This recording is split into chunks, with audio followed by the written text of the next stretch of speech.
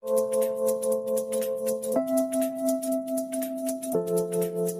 عليكم ورحمه الله وبركاته. اعزائي مشاهدين قناه خطابيط الكوره، اهلا وسهلا بكم. تعالوا معانا نشوف بعض اللقطات الحصريه اللي كانت في الكواليس في المباراه الكبرى بين باريس سان جيرمان ونجوم الدوري السعودي بين ميسي وكريستيانو رونالدو.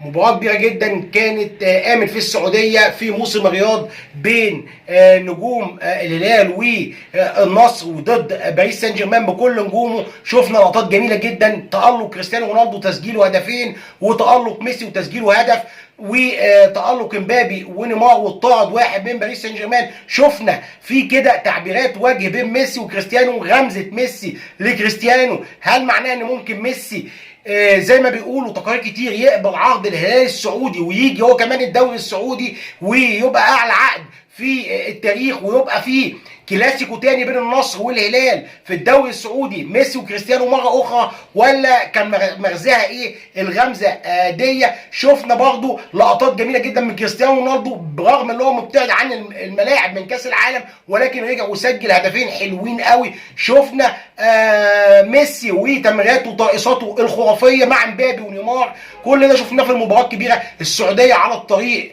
الصحيح من حيث الرياضه في الوطن العربي. بعد شفنا قطر وتنظيمها كاس العالم، السعوديه بتنظم كاس السوبر الاسباني، كاس السوبر الايطالي، وحاليا عملت مباراه كل النجوم وكانت مباراه قويه جدا.